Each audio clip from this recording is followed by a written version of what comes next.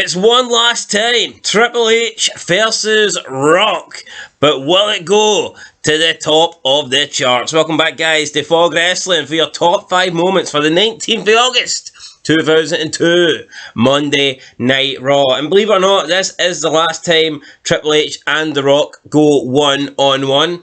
I'm sure it is teased several more times over the years. It was teased later when The Rock made his return back in 2011, heading into 2012, 2013. It never happened though, for one reason or another. Hell, even at WrestleMania, we've seen The Rock and Triple H share the ring as well with the introduction of Ronda Rousey. I don't think it's going to happen again, considering Triple H can no longer go. But what a rivalry this was. Definitely an underrated rivalry that doesn't get talked enough about in wrestling, in my opinion. Yep, carried the year 2000 when Austin was out. Rock and Triple H stepped up to the task, and they should have main evented Mania. Big Show should not have been nowhere near that. No issues with Foley, but Big Show, come on, man. I have issues with Foley, I just don't... No, I don't mean that in a bad way, but... Oh, yes, I've issues with Foley being in the match. Why not have that? I think actually it should have been Backlash. But obviously, but then again, the Backlash, they had that great main event, so I can't really... Man in every corner. I get it, but... I'm a big angry giant. I think they sacrificed Rock versus Triple H as the main event just to include that stupid gimmick. I'm not saying it was stupid, but... I don't know. If Austin... Let's put it this way. If Austin's fit, I don't think they job out Austin's one-on-one match to include Big Show. No. Not just to get a McMahon in every corner. I'd be intrigued to see what they actually had planned if Austin wasn't injured. Anyway, let's move on to moment number 5. Moment number 5, and that is The Rock arriving. You said on SmackDown you wanted to see The Rock arrive at the arena. Well, don't worry. They listened on Raw. We've seen The Rock arrive. He got introduced to the newest member of Raw, some woman backstage, and he did his whole shaky leg. Easy, big fella. Haha. She had a look of Nikki Cross about her. With it crazy. Right. Fit being crazy. So, yeah, no, it was funny. Alexa. Rock was like, I'm only playing with you. Easy, big fella. Easy, big fella. He also did this on SmackDown as well. Yeah, I mean... Is this like is this a Rock's new gimmick? It must be. Is he going to do a fucking SummerSlam when he's going one-on-one with the Beast? The horse. Be a bit gay if The Rock starts... Well, he did it with Edge, I mean... That's true, actually. And he was talking about testicles with Edge, and he's eating. Fuck's sake, Rock, what are you doing? Yeah, he spat his testicles up into there, and then... Caught them? And then spat them in the face of his opponent, and then... whipped his candy ass. So yeah, Rock coming in number 5. Coming in number 4, we have the Hardcore match. A bit of a strange match to kick off Raw. It was fun. But I enjoyed it. Just a bunch of fucking jobbers and Tommy Dreamer battling each other for the Hardcore title. Is Tommy Dreamer not a jobber? We're not including him. He's a hardcore champ. Let's put some respect on his Jeff name. Hardy.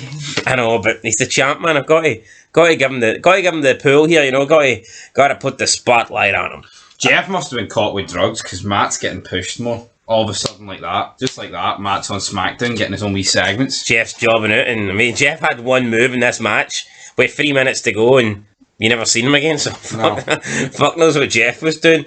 But yeah, no, as of right now, Jeff's career is crazy though, because Jeff was on the fucking run of his life. Yeah, I mean that mini feud with Taker over the past couple of, I think over the last month, he's had a couple of matches with RVD.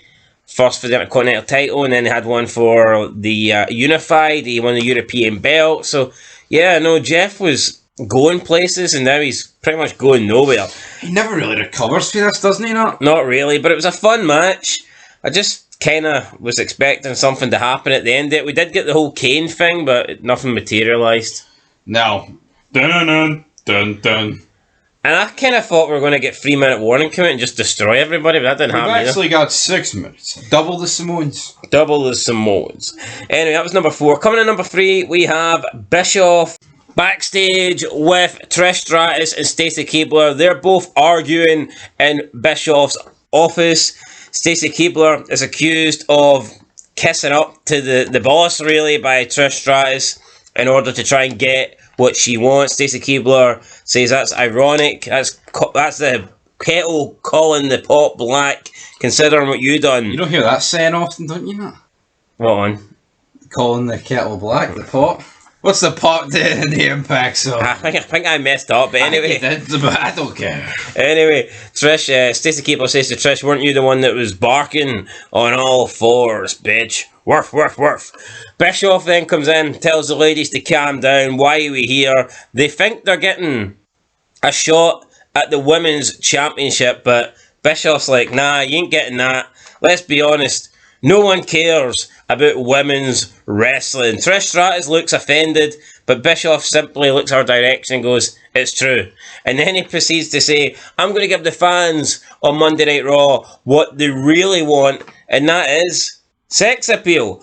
And it turns out that we're getting a mud match tonight with Trish and Stacy Keibler, much to the delight of Jerry the King Lawler. Puppies, JR. I like this segment. I like the back and forth between Trish and Stacy Keibler. I liked when Bischoff came in and made the match. And I just like the complete honesty from Bischoff, saying what you could say in 2002, but unfortunately you can't say in 2003. Because let's be honest, nothing has changed.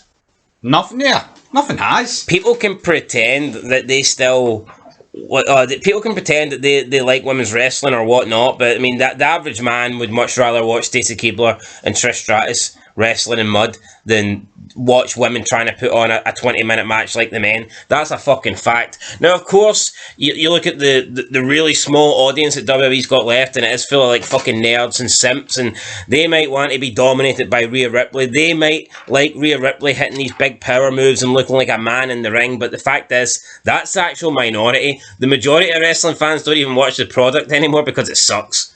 Yeah. So Bischoff was telling the truth here, and I like the truth, and we give the truth from Fog Wrestling, so if you don't like it, then... The marks can't handle the truth. No. He was right on the money, nail on the head. Up next, in second place, we had The Rock. The Rock cutting his promo on Triple H, saying how Triple H and The Rock's rivalry's been going on for a long, long time, and he was bringing up all the different generations of Rock, Triple H's rivalries. He was like Gerald Washington Rock, then you had Stone Age Rock, and every rivalry, regardless of what era, what decade, what century it happened in, it all ended with The Rock shoving something up Triple H's ass. Kind of gay when you put it like that. The Rock was very... But a great promo nonetheless. Gerald Washington, what a guy. Gerald Rock Washington. It was George, mate. But anyway, it doesn't really matter. George Washington, that guy. The great guy. Anyway. But two names that you will not get messed up. That is the number one spot. Last time ever, they're wrestling. I think they had to take the number one spot. And they did. Triple H versus Rock. No disqualification match. The match itself was good. But you add in Brock Lesnar at ringside. Then you add in the returning Shawn Michaels. And you go from a good match to a great fucking ending to Raw. And this is the kind of endings that you want. Endings where it's like mayhem, bodies flying everywhere, so much shit happening. And this was just so exciting. You see Shawn Michaels come out. Brock Lesnar gets sweet chin music, then he flies like 10 million miles over the top rope. I mean, great selling from Lesnar. People say he's lazy. I mean, Jesus Christ. He sold the sweet chin music like it was a speed bullet train just cracking him in the face. He's one of the best sellers ever, in my opinion. We then seen The Rock chase off Brock Lesnar, and then Shawn Michaels and Triple H continued to battle, and eventually Raw ended with security managing to pull them apart, setting up the big match at SummerSlam. The only thing I will say is I thought it was a little bit weird how Triple H has been alluding to the fact that Shawn Michaels can't go anymore, Shawn Michaels can't wrestle anymore, yet Shawn Michaels came out and basically took care of the next big thing like he was nothing. Yeah, well, once he hit the sweet chin music, he could go. That was the confirmation we needed. All you need is one kick, one sweet chin music, and it is all over. Anyway, guys, that's our top 5 moments. I'll catch you in the next one. Make sure you leave a like, leave a comment, subscribe. Fog Wrestling. Peace out.